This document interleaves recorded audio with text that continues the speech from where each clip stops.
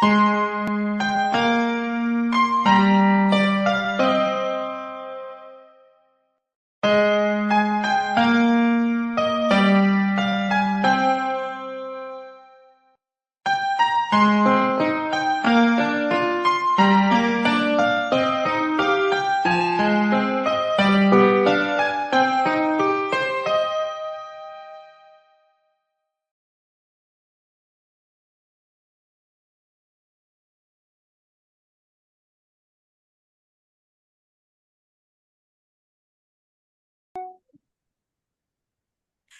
everyone, welcome back to Somewhere on the Spectrum, Navigating the World of Autism. And I have to say, this is probably going to be one of my favorite episodes of all 8 in our documentary, because we are all coming to you together today to shed some insight on how communities can come together and support our children, our adults that have been diagnosed or are on the spectrum, and our families. Because when we want to say we want everyone to be able to navigate this challenging diagnosis, we want you to be able to navigate everything.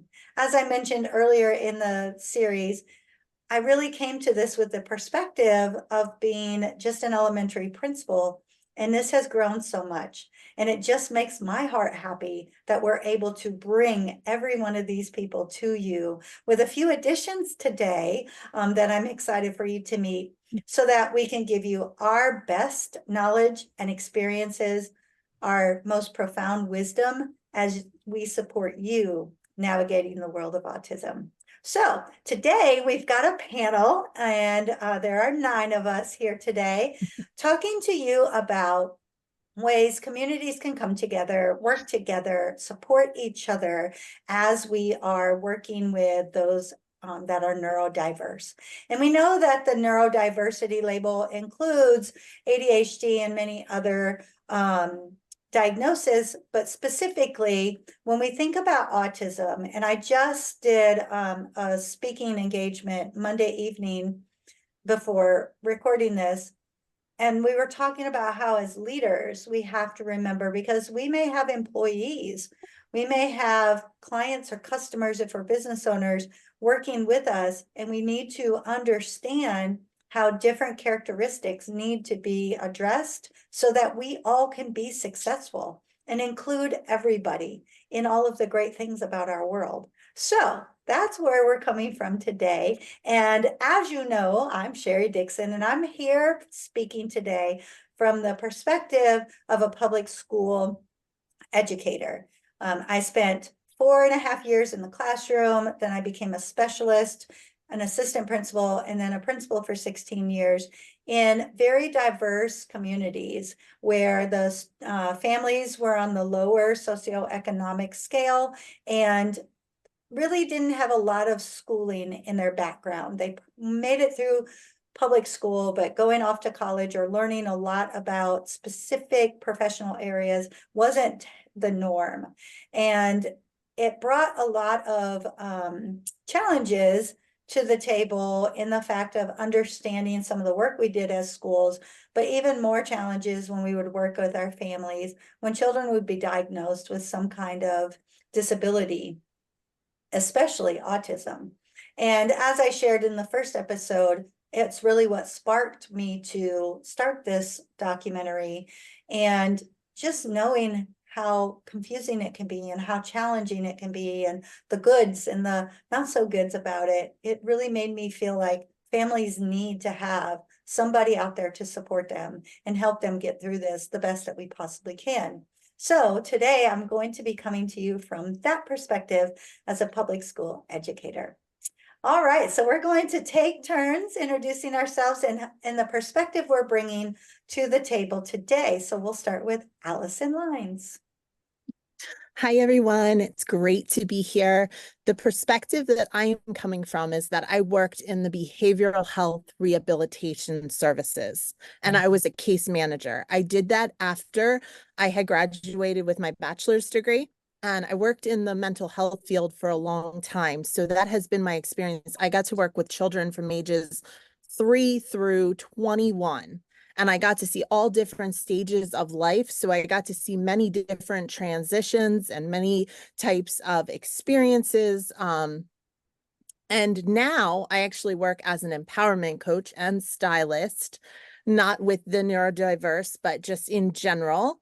And I'm building confidence as we go throughout from with women for like being on the inside to the outside, creating an overall image, confidence, leadership, power, all those good things.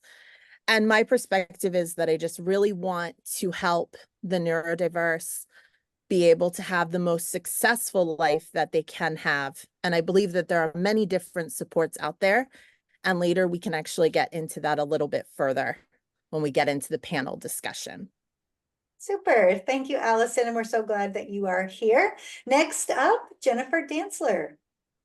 Hello, Sherry said, my name is Jennifer Dantzler, and I actually come from two perspectives, both the perspective of helping our clients or children be meaningful and included in their community, but also helping the community include our children and young adults, whether it's helping a child be successful at a birthday party or being successful in a private school, all the way up to meaningful employment. And I think it truly takes a village, and it truly takes everyone to understand everyone else's perspective. As I always say, ignorance is not bliss, especially in this situation. And so my perspective really is seeing how, what it takes, what skills our children and young adults need, but also what skills does the community need to be able to include successfully. Amazing. Thank you, Jennifer. So glad that you are on board with us as well. And next up, we have Natalie LeBurn. Hi there, my name is Natalie Lebrun, and I'm a speech language pathologist. I've been an SLP for over a decade, and my background has always been in public education. So I've always served middle school, high school, and post-secondary transition students. Did that for about 5 years, and then the opportunity came up to actually become the department head for speech language pathology for Humble ISD. So I did that for about 4.5 years. So I led a team of about 75 speech pathologists and assistants in a pretty suburban large district here in Texas. And when I was doing that, I really grew a very big passion for our students who were entering this really cool, exciting, and daunting part of life. They're, 18 to 22. They're trying to figure out if they're going to go to college or seek some kind of higher education, where are they going to live? Are they going to drive a car? All the cool stuff that we all have gone through in our lives. But they have to do it through the prism of neurodiversity and just seeing and experiencing the world perhaps in different ways than people that are neurotypical are. And so I've spoken at the state and local levels about this topic in both clinical treatment and also assessment for speech and language and communication disorders. And last August, I actually decided to leave the school district and start my own practice. So I'm actually the founder of LifeSpeak. And what we do at LifeSpeak is we do a cool kind of hybrid of speech therapy, but also communication coaching. And the clients that we've been seeing range anywhere between 12, 13 years old, all the way up to their mid to late 20s. And they are just needing some extra support in regards to finding employment, growing out a network of friends, having better communication with their families, that kind of thing. So that's why I've been focusing on for the last couple of months. And I'm also providing a lot of professional development and training for school districts to make sure that they're following best practices when it comes to the evaluation, the IEP development process, and the treatment of our students with special needs. Well, thank you, Natalie. I'm so excited for you to join us. Kind of late in the game, but we just met this week, and I knew that you would be a great asset to this conversation today. All righty, Christy, you are next. I feel so honored to be on this panel with these just amazing women. I'm like, oh, I want to talk to her and her. I'm Christy Dunaway, and when I'm not being a mom, I'm a holistic entrepreneur. I like all things health and nutrition and healing the body. But I am a mom first and foremost when it comes to my autistic daughter. So Amelia is my 18-year-old that is off at A&M, which is just mind-boggling to me that she's been able to do that. And I think I definitely come from the perspective of the mom that didn't know. So I think there's a lot of information out there for those that are, shall I say, obviously autistic, where you absolutely know right away that there's something different about them, and we didn't with her. Although we knew something was different, it didn't fit any categories. It was just, she's different and quirky and beats to her own drum, and she's super intelligent. So anyway, it's just kind of been an interesting journey. Her diagnosis was at age 15, 16, as she turned into that age range when I was like, and it's just been a ride. I feel like a little bit we've been drinking from a fire hose as we're like learning as fast as we can, so that we can get her the accommodations that she needs to be able to function well. And A&M has just been absolutely, without a doubt, hands down, wonderful with her. It's, I mean, I didn't go to college, so I didn't really know what to expect. So her and I are kind of learning together, what they'll do and what they won't do. But I'm excited that she's a super willing participant. She will work with anybody that wants to work with her. She wants to do life better, and she's determined to do life better. Even if she messes it up, she is super, super perseverant. So I'm thrilled to be able to be a part of this, because I feel like we, as moms even, where do I go for support? How do I know how to help her? Who do I ask? Is this normal? Is this normal college behavior? Is this autistic behavior? Is this, or is this just her? Like, I feel like there's just so much for us to learn that I want other moms to know that they're not alone. And to get rid of the mom guilt that you didn't know, because you don't know what you don't know. And we get to learn together. So I love finding other women that can put little pieces together for me, where I'm like, oh, that's why that, and that's why that. And then I can in turn help her move on to the next level. So I'm thrilled. This is such a great panel. Thank you so much for putting this together. Beautiful, beautiful. What great words. And the thing is, not only are we here to support the audience, but here to support each other on this as well. Because now we've made some real connections and people that we can actually reach out to and ask those questions. So perfect, Christy. Thank you so much. Glenda, you are next. Thank you so much. And I do feel honored also to be here with you all. Hi, my name is Glenda Kroll, and I'm coming to you from Toronto, Canada.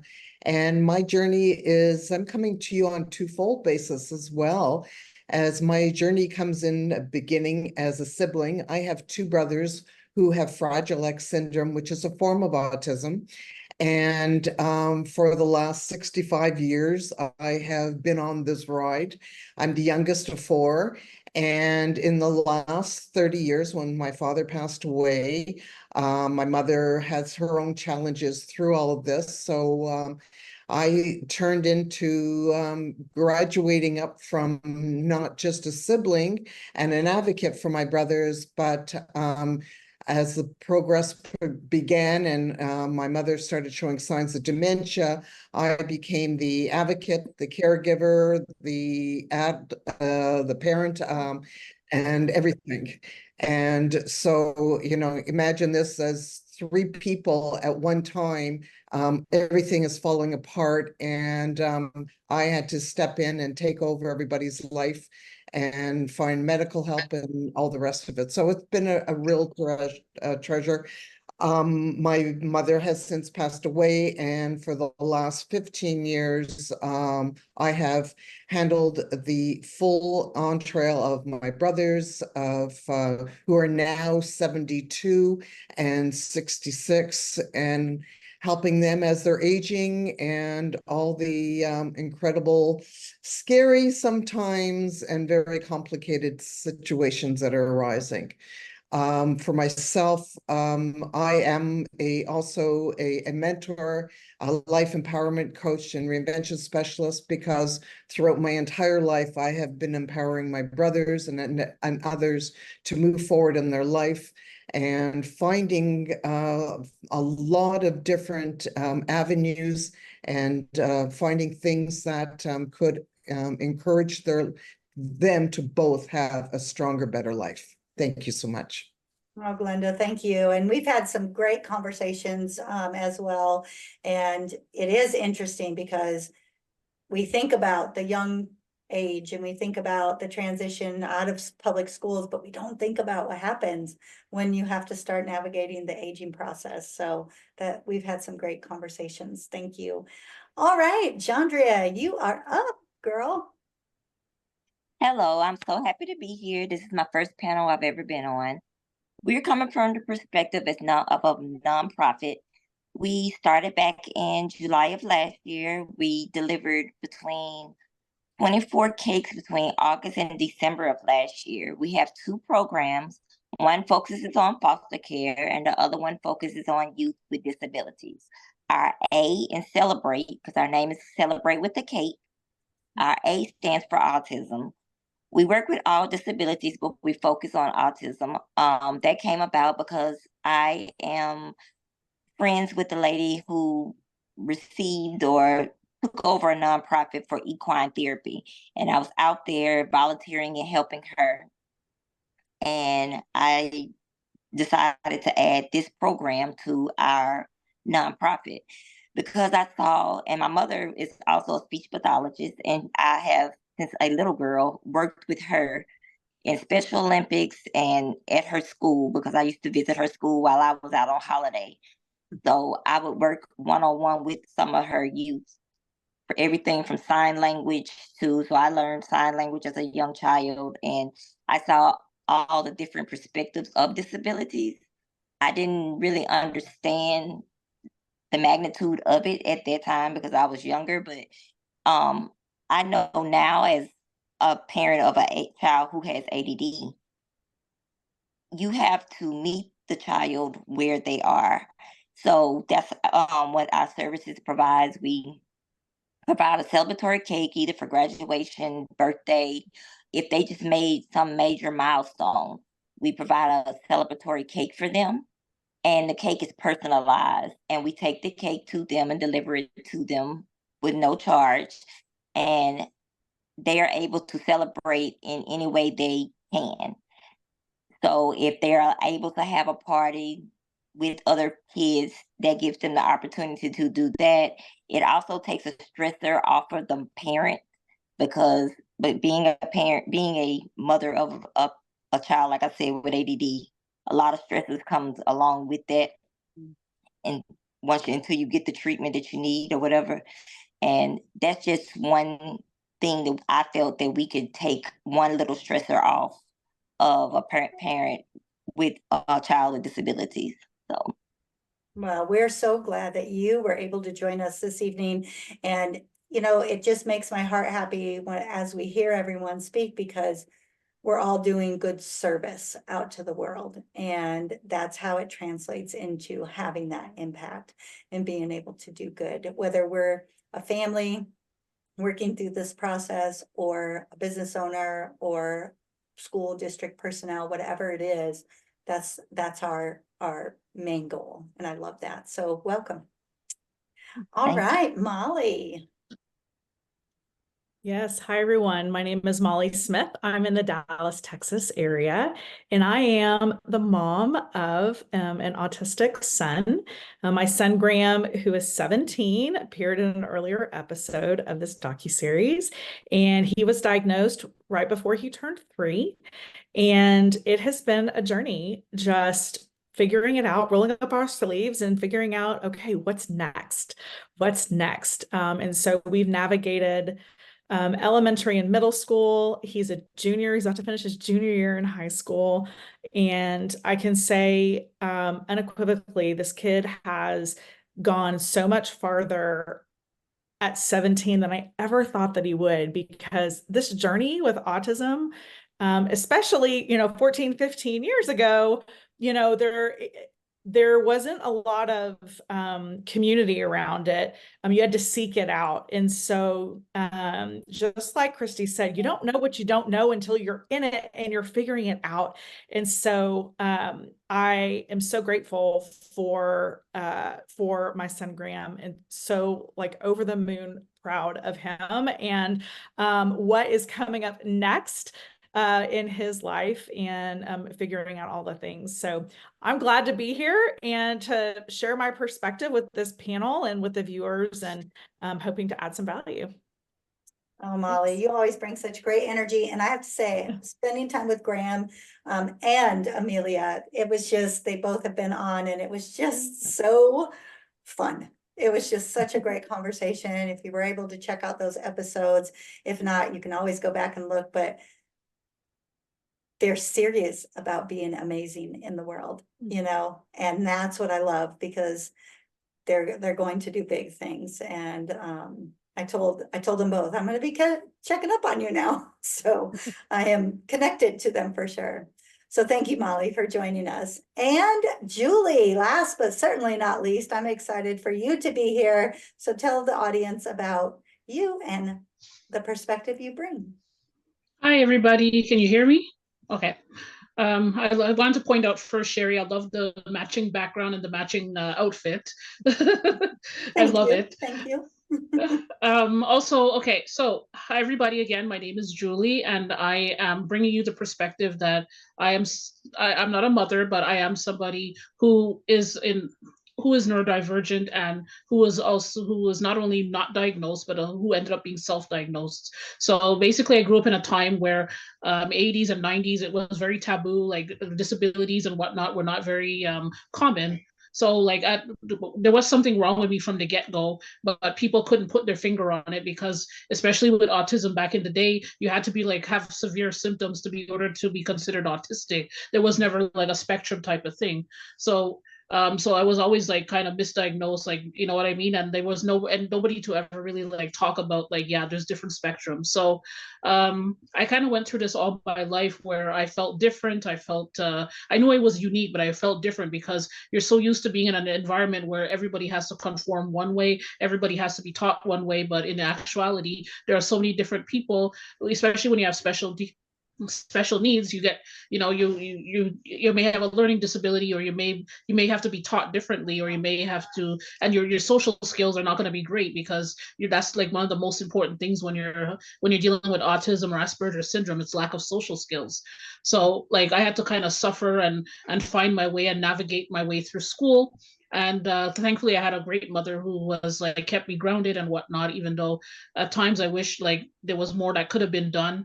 So I was always like not even misdiagnosed. I would say I was not diagnosed whatsoever. And I'm saying like I wanted to like commend you ladies, because you're all of your mothers, and you are taking a stand, and you're now that like autism's become more aware in the world, and now you're saying, look, something's not right here. I want to intervene. I want to get my child on the right track, because I think it's like really, really important to be a voice for your child. And my mother had to be a voice for me when I had those bullies that used to bother me, because I was different. I was a very antisocial and very quiet, and they didn't understand me. So she had to be my voice. So you being a voice for your kid is like definitely very important. So I definitely want to say keep going, and make sure that like you don't put your child into a box, because your child could basically overcome and conquer everything.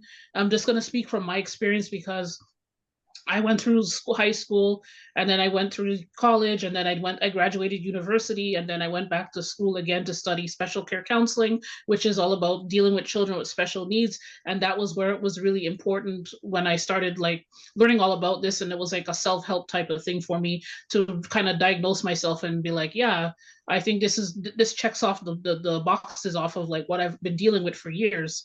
And I was able to see how kids function with special needs, and also adults as well. So it really opened my eyes, and it really allowed me to embrace that. Yeah, I may be neurodivergent, but I could take my superpower, and I could do a lot more with it. So with that being said, I ended up working online. I wanted to always be an entrepreneur, and when the online business took into effect, I was like, I want to help women with visibility in their businesses, but I also want to provide a platform and be a female empowerment advocate to let women be seen, be heard, and so now I have like a book coming out, and then I have my co-authored book coming out. Plus, I have a show called Her Roadmap to Resiliency, which is going to be showcasing all kinds of women who've gone through trauma and adversity, and you know what I mean, like. I think my experience has just led me to want to be able to share, give other people a voice because I didn't have one, and let other people use what they've gone through to create an impact. So this just goes to show that you don't have to, just because you're different or just because you're unique, and you shouldn't have to fit yourself into a box, or the child shouldn't have to be in a box and not be allowed to shine and do whatever they have to do to get where they have to be. We all have the choice and the chance to evolve and to be who we want to be. So definitely for you mothers, just keep encouraging your child, keep supporting your child, and even people in the school system too. You know what I mean? That extra encouragement and praise is very helpful. So just to let you know that I'm like the inspiration, that just because you have a minor disability or a disability, that you shouldn't allow that to define you. So I am really glad to be on this panel, and I'm glad to be here with you ladies, and just keep going. Oh, Julie, I love that. And I have to say, I'm just so proud of you. I met Julie through another networking, and when we connected, she is such a great connector of women. She does networking online. She does work sessions with people. We talk about our goals. She keeps us all in line too.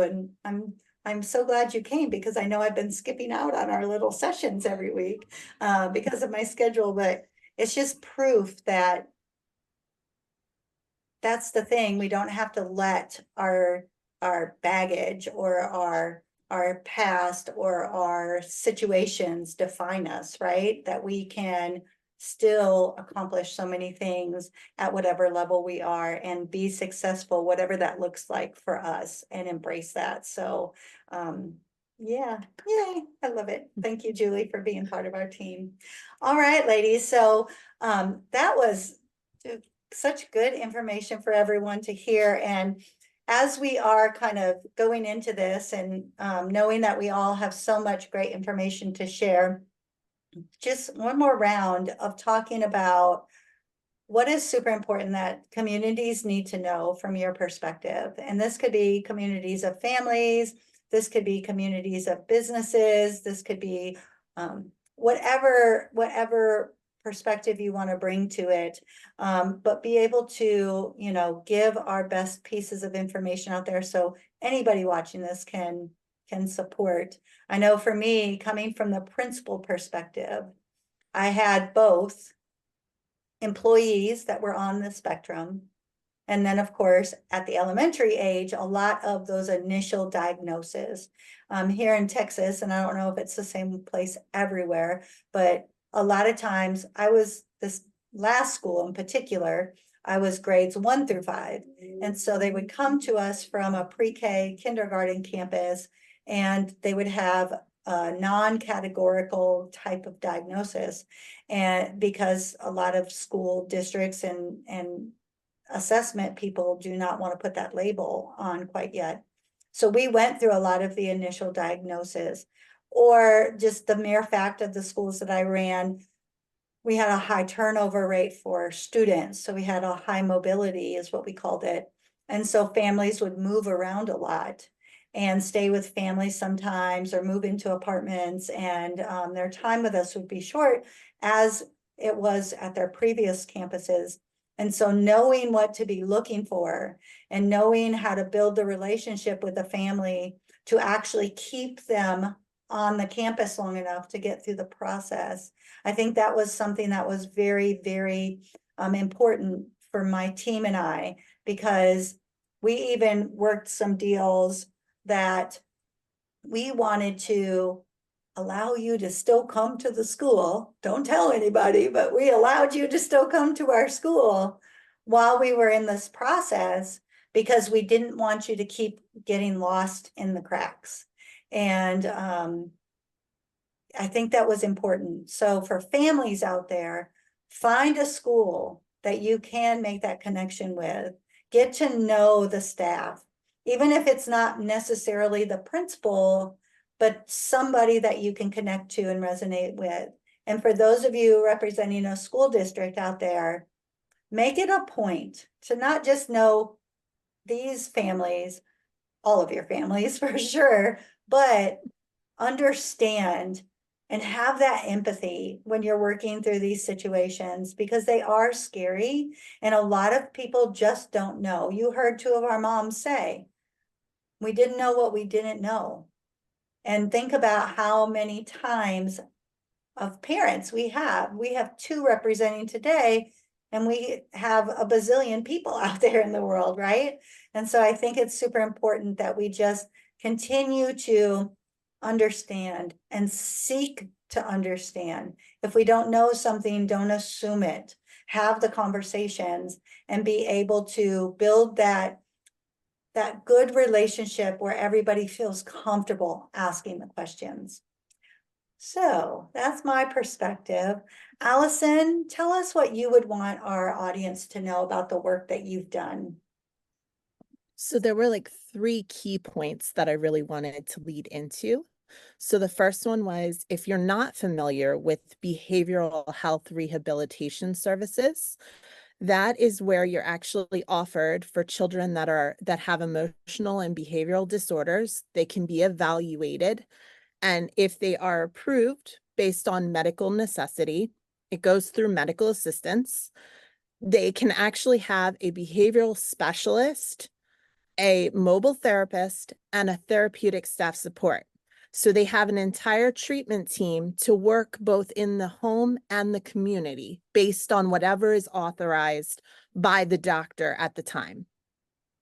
And I'm not sure how many people are familiar with that, because I know when I first came on as a case manager, I was not familiar with it. And I didn't know all the options and different things that there were out there.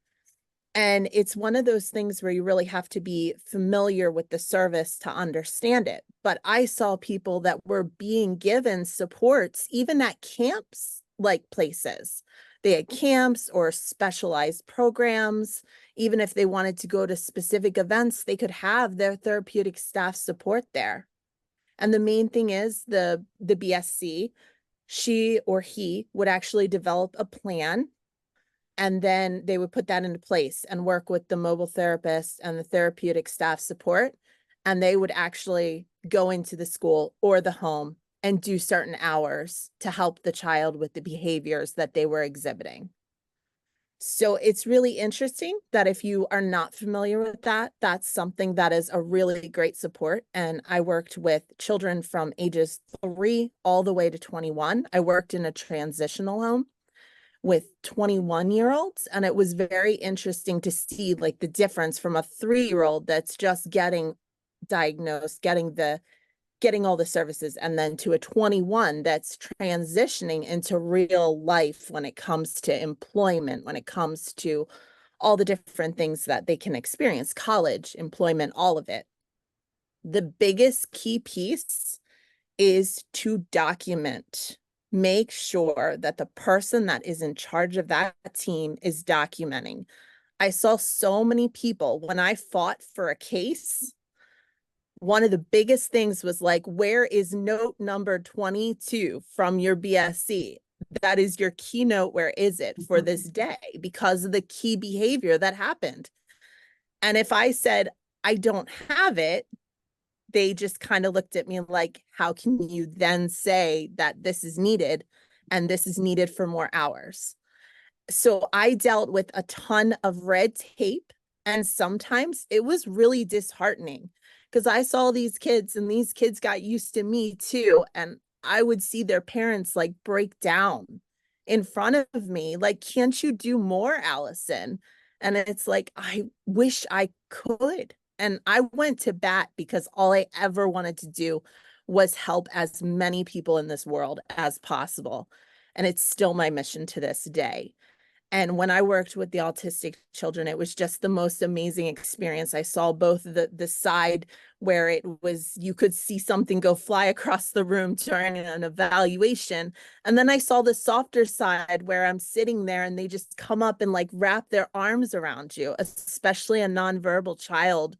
Like it literally like melted me. So I just want everyone to be aware that those services are available to you. And I think it's a really important key piece. So BHRS services and also documentation for everything. As they always say, document, document, document.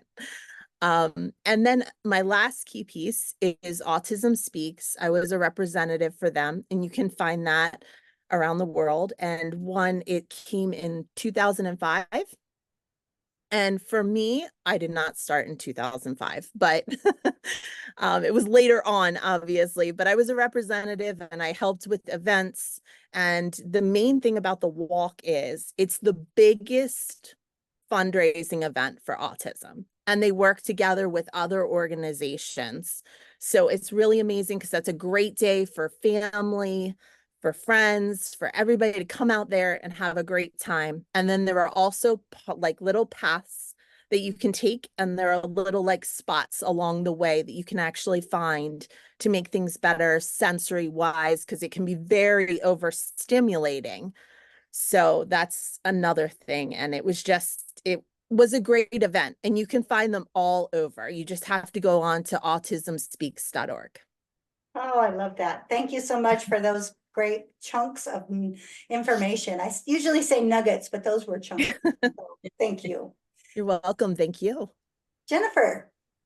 Okay, so my thing is we truly are all in this together, and everyone can do their part, right? Depending on the studies you read, autism now affects 1 in 30 to 1 in 36 kids. And so whether you are the person having a block party and you know someone on your street has a child with autism, go knock on their door and say, how can we help this event be successful for your child? Whether it's having color-coded plates because they've taught their child has restricted diets, and we can teach that child to only eat the food off the blue plate, to having music that might not be overstimulating, to having some kind of boundary on the block so we can have the children be safe. You can do your part. Whether you are the employer, right? And you have these tasks that maybe the average neurotypical person can't stand because they're repetitive and boring, but our person with autism might absolutely thrive on doing, right? Like, be open-minded. In the world of employment, there's such an untapped market in our people with neurodiversity, right? Over 80% are unemployed or underemployed, yet we have these gaps in companies where they can't fill positions. Let's figure out how to match the two together, And so I think we tend, or whether it's being at the grocery store and seeing that child tantrum and not automatically assuming that's because of bad parenting, and maybe giving a supportive look, or literally going over and saying anything I can do to help, or offering to clean up the cereal boxes that the child might have knocked over. I remember years ago on Facebook, I saw a post about people were talking very badly because a mom was pushing her teenage daughter around in a grocery cart with an iPad. And people assumed this is now letting a teenager be lazy, even on their screen time. And I immediately assumed, well, this might be a parent who has a teenager who maybe elopes or runs from mom. And this is literally her only way to go to the grocery store, is if she lets her daughter be in the grocery cart, right? So I think it's about, as a community, how do we engage with positive intent? How can every single one of us do our part? Because if we had hours and hours, I could go on with tons of examples from over the years about how everyone can do their part, whether or not you are directly affected by autism or neurodiversity or not. Every single person in our community can do our part, but autism can be isolating. And I don't know, the moms on the call, correct me if I'm wrong, but most of the time our families are not going to be the ones to reach out and say, hey, is there any way we could have color-coded plates at the block party, right? It's more if we go ask, and say, what can we do to help this be successful? So I would say, don't let it be isolating, and everyone do their part. Oh, I love that. Thank you so much for those pieces of information, because very, very, very much needed. And I even look back in the day when I always hosted parties. I never even thought about that. So good advice for sure. Thank you. All right, Natalie. As a speech language pathologist, I have to say that we all need to honor all forms of communication. And what I mean by that is that we need to make sure that we build access points for communication, because we all know that communication is a human right. And so perhaps the people that we interact with may not use the same communication form as I do, or maybe you do. Maybe they use something like sign language. Maybe they use some kind of augmentative or alternative form of communication through an electronic device, printed pictures, written word, whatever the case may be, but just be a flexible communication partner. And what I mean by that is that just be ready and willing and welcome to accept any form of communication so you can build that connection with the person that you're speaking with. This is applicable to the youngest members of our community who may be non-speaking right now, to our oldest members of our community who may have dementia and may have lost the ability to use oral speech and are using things like writing and drawing and pointing. But just be a flexible communication partner and work with them, and just honor any kind of communication that they may have, even if it doesn't line up with what you're used to or what you feel comfortable with. So that's my speechy side of things. I think as a former employee of a large school district, and also now as a owner of my own business, I think it's really important for us to always be listening to neurodivergent voices, autistic voices in all the decisions that we're making. I think something that's really resonated with me in the last couple of years as I've become more familiar with this social movement is this idea of no decision for us or about us without us, right? So if we're making decisions, if you're, let's say, trying to welcome more neurodiverse people into your space in a church or a place of worship, your store, your restaurant, and you're wanting to be more inclusive, then find yourself individuals who identify as neurodiverse and say, how can I make my space more welcoming for you? What is it that you need? So kind of back to the red plate idea, ask the person who needs that and say, like, what can I do to make you feel as welcomed here as anybody else in this party? And taking that moment. Make sure that you're reading and really educating yourselves based on research that are performed by individuals who are neurodiverse and not just people who are neurotypical. I know when I was going through my undergraduate studies and then my graduate studies, unfortunately, a lot of the texts and research articles that we were given were written by individuals who were neurotypical. And so they bring their biases and their limited life experiences in that space, right? And so what I have to do now as a clinician, and what I'm hoping for everybody, is that there's more and more access to real life stories and experiences and research by neurodiverse people. And so you can take those experiences into your everyday and just make the world more welcoming for everybody in your space. That.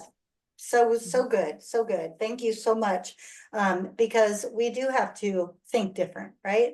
We're in a world right now where we have access to everyone, online or in person, and we have to start thinking differently. So I love that. Thank you. Christy. This is so exciting, just listening to all these ladies already. I'm sorry, I just get so pumped up by you guys. You're just so full of knowledge. So I kind of talked to Amelia about this a little bit beforehand, because I do exactly what you just said. I don't want to speak for her because I'm not neurodiverse, right? Like, I want to know, is this what you would think? And she's like, for your audience, Mom. This is how she's studying neuroscience. So, like, this is how the brain works. So I'm going to break it down to something we can all take a bite into. The first thing, the world doesn't know what they need unless we tell them. The world doesn't know what our artistic community needs unless we tell them. So community, if you're watching and listening, we get it. We know that you don't know, because I didn't know that my own child was autistic. So that we absolutely give grace in the fact that we know that, if we don't tell you that there's a need there, or it's fine. We'll help you with that. But there's some things that you should know that I felt like were really helpful for Amelia and I've shared this with family, friends, local community that, we kind of surround ourselves with, so that they understand her and other autistics a little bit better. And I don't know where it came from. I'm sure it's some great research on something else, but it's just what we use because we saw it somewhere. So I got to give credit where credit's due, but I don't know where it came from. But my daughter likes to use this theory called spoon theory. And I don't know if you've ever heard of spoon theory, but if you look it up, I think it comes from the mental health area. And we all start our day with a certain number, this is what she'll tell you, with a certain number of spoons. And if you're neurotypical, like most of us on this call, not everybody, but you start off, let's just say we start off with 10 spoons, all of us. And we get to the end of the day, we're just using our 10th spoon and we're ready for bed.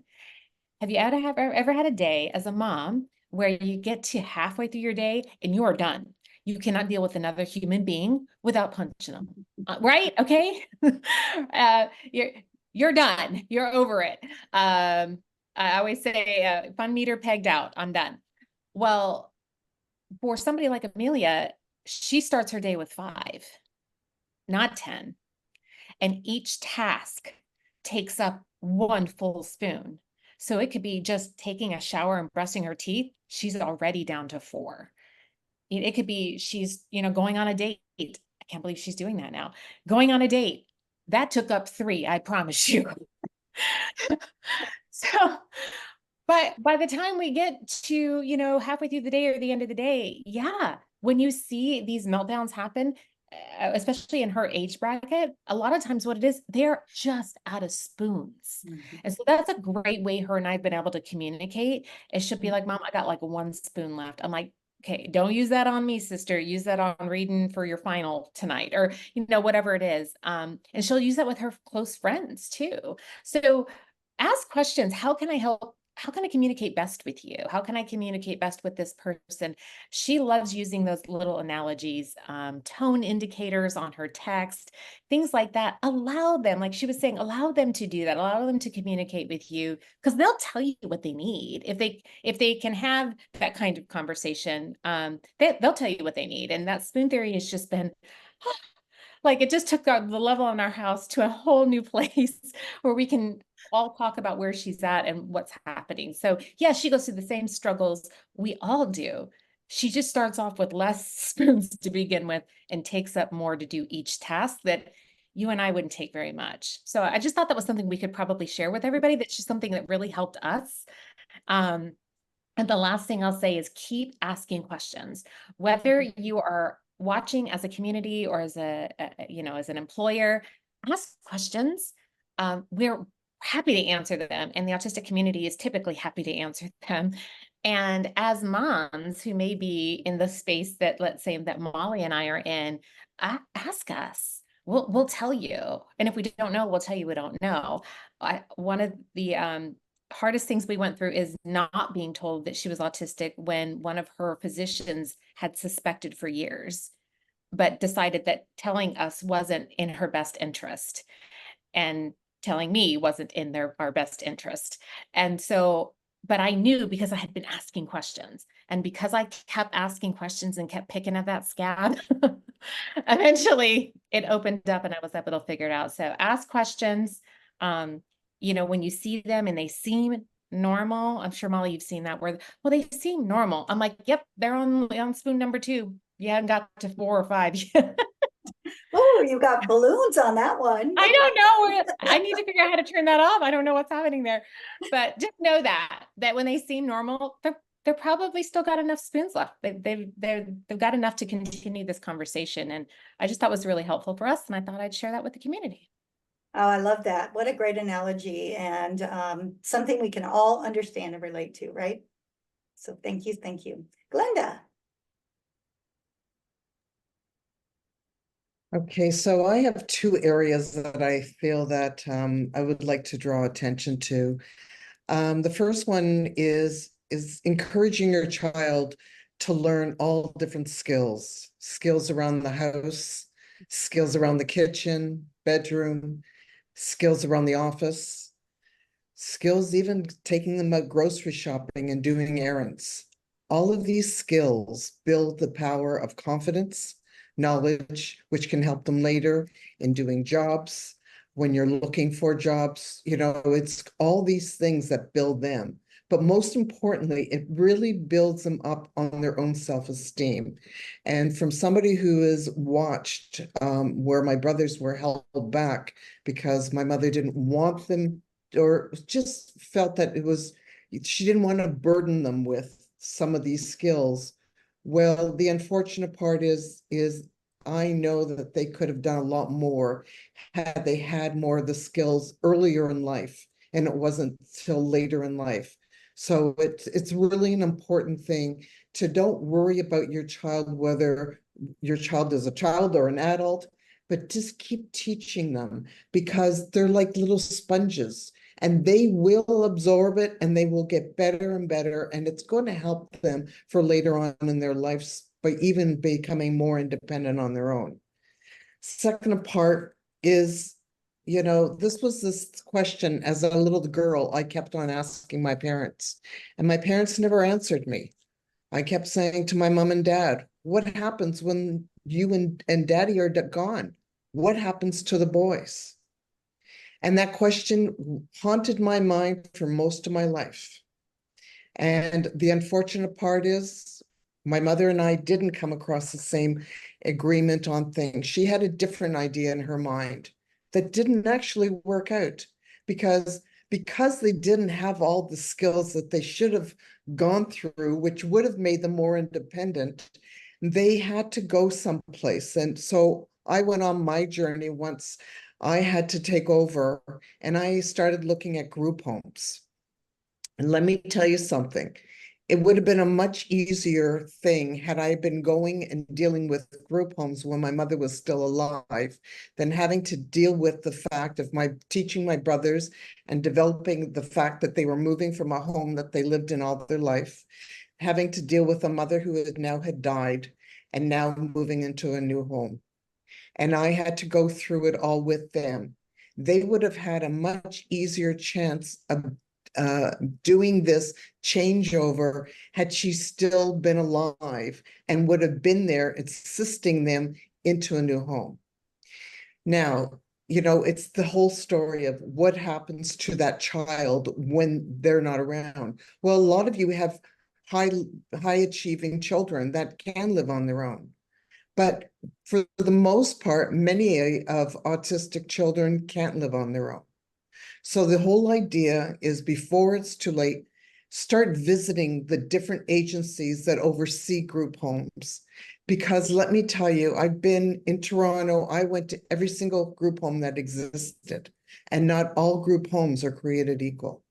So start asking questions. Start asking what part of your government do they support you in keeping them into a group home? What type of things do they allow or do they encourage and support in all other things? This is a very huge task. And it took me a bit of time because at the same time that I was dealing with trying to find a place for my brothers, finding help in the house at the same time as dealing with the mother who was also through dementia. Don't wait until it's too late. Also, as a sibling, don't throw everything onto your children's plate. Listen, I always had the knowledge that someday it was going to come onto my plate and I was going to be overseeing everything. But like I said before, a lot of things, had they been dealt, or the hard conversations should have been talked to while you're still alive. Don't wait until it's too late. And then your child or the other children in the house have to take over everything. That's a big burden for other kids to take. So part of my journey is helping people to start looking at these answers and these questions. Remember, it's these conversations. We're going sooner or later. We're only here for a certain amount of time. And there's times when your child cannot manage on their own, whether it could just be financially, somebody somewhere has to oversee their life. And if you are happy other children, that's one thing. But you know what? It's much easier for your child to go through and make changes while you're around to assist them on that new journey. Thank you. Yeah, very good information, Glenda. Something we just don't even think about. I can see everybody's faces as we're talking, and you just don't think about those things. So thank you so much for that perspective. Jandria. So as a nonprofit executive director, I would like to bring to the table support. So we provide the support for one. We provide the support. We ask the parent on what specific things would help their child receive this cake or like the cake, or if they want cupcakes, chocolate or vanilla, or do they want a cake? What's their special character, or just what would help if they want the fidget toys, if they want a fidget toy on there, whatever they can use on their cake that helps them. Like I said before, we provide also support by bringing the cake to the home, making sure the parent is not taking away from the child to go and pick up or anything. So we provide that support. But I also provide support by not gatekeeping. We work with a few organizations. One of them is Moms of Autism of Houston, and we do monthly birthday party celebrations. So all of the kids in that community or surrounding communities come out. I provide a birthday cake. They have activities with neurosensitive activities for them to participate in, with face painting or playing with Play-Doh or just fidget toys, or she invites other corporations to come out and set up. I connect with all of these people that are at the function, and I try to pass on the information. So if if we're doing a party or doing celebration, I make sure I blast it on Facebook, I blast it on my Instagram, whatever we're doing. So I make sure that I'm showing the support to the Moms of Houston or whatever other group, because I've done a few other ones. So I make sure that the word is spread. I met a few moms from Cypress, Texas, that showed up at one of the events, and she was like, I never knew this existed. I said, and honestly, I didn't either until I connected with Andrea. And from then on, it's been like a partnership. She has led me into some paths that has helped me out to get more clients that I could provide cakes to. Plus, I've helped her out by providing like different venues or different organizations that would help her organization out. So I try to pass that information along to the parents if I am able to, because I feel like gatekeeping, there's a lot, like I find out the information, but I don't pass it on. I don't think that that's correct. So I tried my best to make sure that if it is something that will help a parent out, I'd be like, oh, you might want to go check this out or go look at this website, or make sure, like my child, like I said before, is ADD. So he has provisions in the classroom. It's not as strict as some of the provisions that autism kids get, but he has certain things that he has to advocate for. And this year, I can say his school district, which I am affiliated with, and I provide cakes for their special needs kids. His school district set him down in a meeting, and I was so impressed because they told him that they were going to teach him how to advocate for himself when he gets to college. And I was just like, okay. She's like, we want you here because we still need your permission because he's still under the age of 18. But they're bringing him into the process now and making sure that he knows how to make the decisions and he knows what to do. So I just thought that was a great key to the whole puzzle.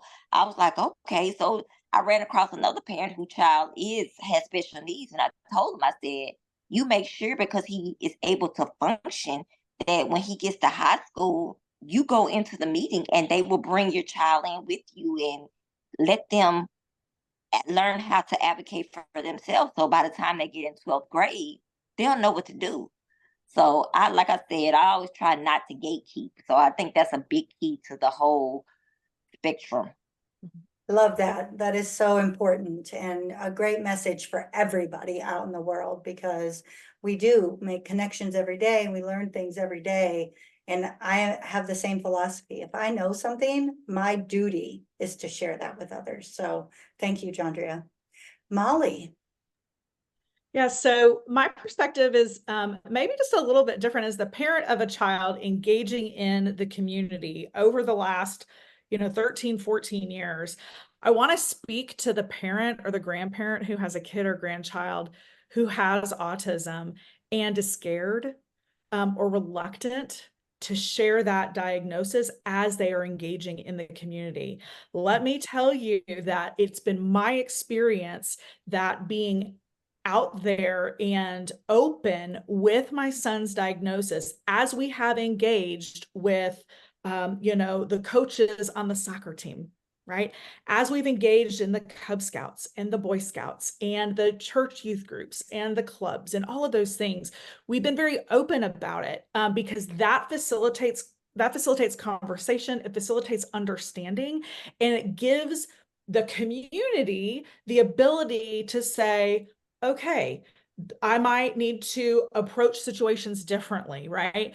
I have come across parents of autistic kids who keep that diagnosis under wraps, and you're not, like, this is my opinion, you're not doing your child any favors, right? Just like Jandria was saying, like, one of the things that we have had to do, we have not done it perfectly, is teaching Graham to advocate for himself. And that is so important, because for those who are higher functioning, like, Amelia at A&M, which blows my mind, is so exciting because we're looking at colleges. So it's like, oh my gosh, this is like, I'm following you.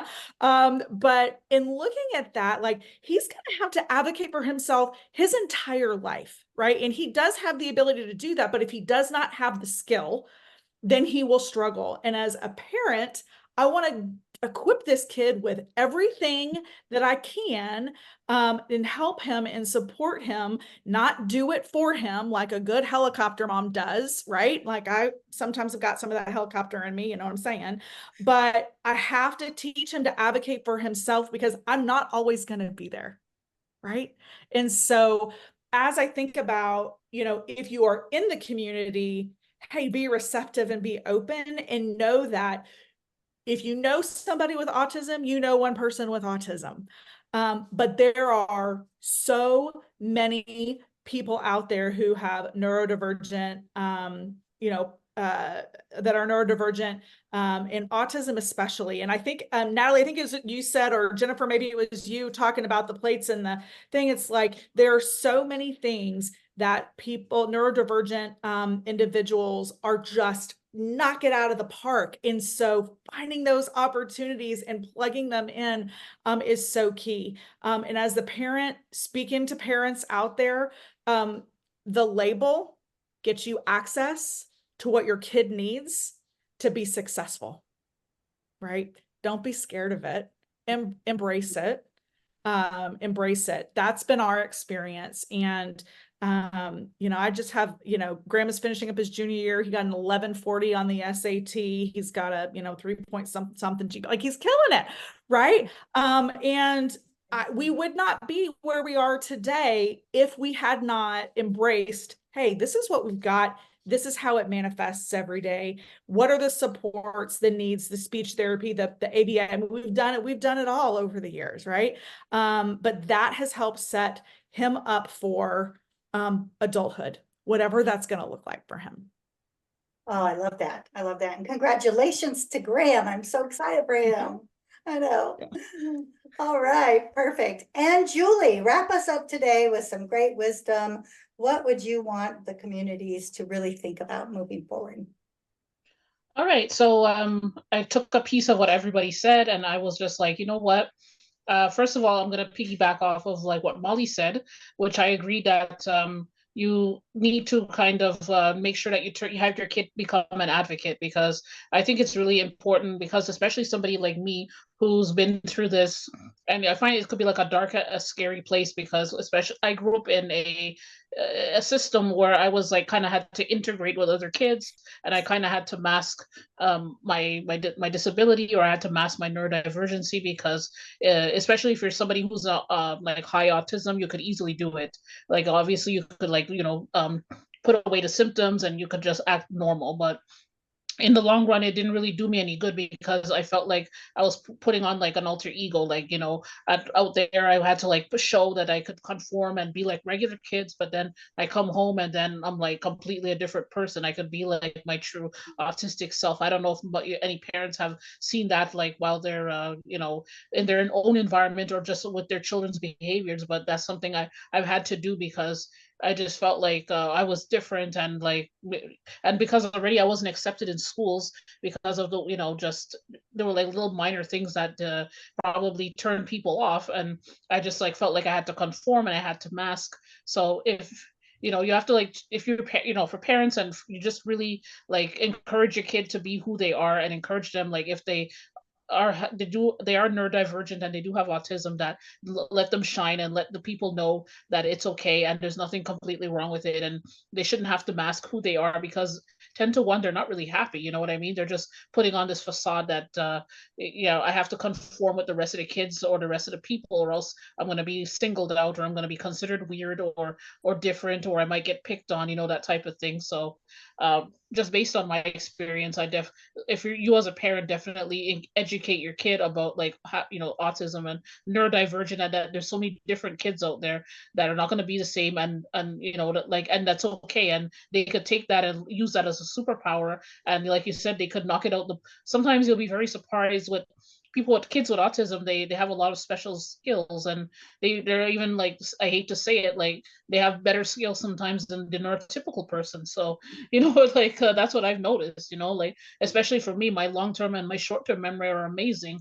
I think it's like even above average. So it's like you just never know. So that's one thing I'd love to talk, the one value I'd like to bring to the table. And then what Glenda was talking about, that some people, especially when they have neurotypical neurodivergent children, and then when they grow up, like you notice that they're lacking like a lot of social skills, they're lacking a lot of independent skills, and I find that like as a mother, like you should really work with your children, because some people are completely ignorant, or they're just they can't be bothered, they're too busy, they don't have the time, and they don't want to educate themselves that they have a child with disability. Like they're in denial, and they just figure that kid is too different from the rest of the kids, and they don't want to spend time that extra time giving them that support and accountability.